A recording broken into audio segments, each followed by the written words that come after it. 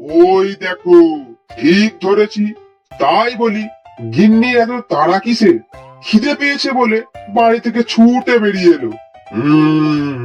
হোঁত কাটার সঙ্গে প্রেম করতে বসেছে। দেখাচ্ছি মজা। এই, চলো না আমরা এবার অন্য জঙ্গলে গিয়ে সংসার পাতি। ওই শয়তানটার সাথে থাকতে আমার আর একটু ইচ্ছে করছে না।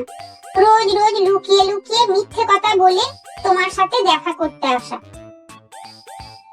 এই যে, তোমরা এখানে দুই বন্ধুতে গল্প করছো, বেশ বেশ। বাঘিনী, তোমার নাকি খুব খিদে পেয়েছিল, তাই এই মাংসের টুকরোটা নিয়ে এলাম। খাও খাও, তোমার বন্ধুকেও একটু দাও।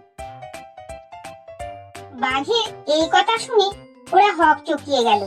প্রথমে বিশ্বাসই করতে পারিনি, পরক্ষণেই ভাবলো বাঘ নিশ্চয়ই ওদের সন্দেহ করেনি, বন্ধুই ভেবেছে, তাই খাবার দিচ্ছে। কিন্তু ওরা জানতো না বাঘ ওই খাবারের মধ্যে বিচুটি পাতার রস মিশিয়ে এনেছে। দুজনাই খেতে চিৎকার শুরু করলো। ওরে বাবারে, গলাটা চুলকে মরে গেলাম রে। কে দিয়েছে ওর মধ্যে? এবার বোঝো নিজের সংসার ছেড়ে প্রেম করা। দেখো কেমন জলুনি।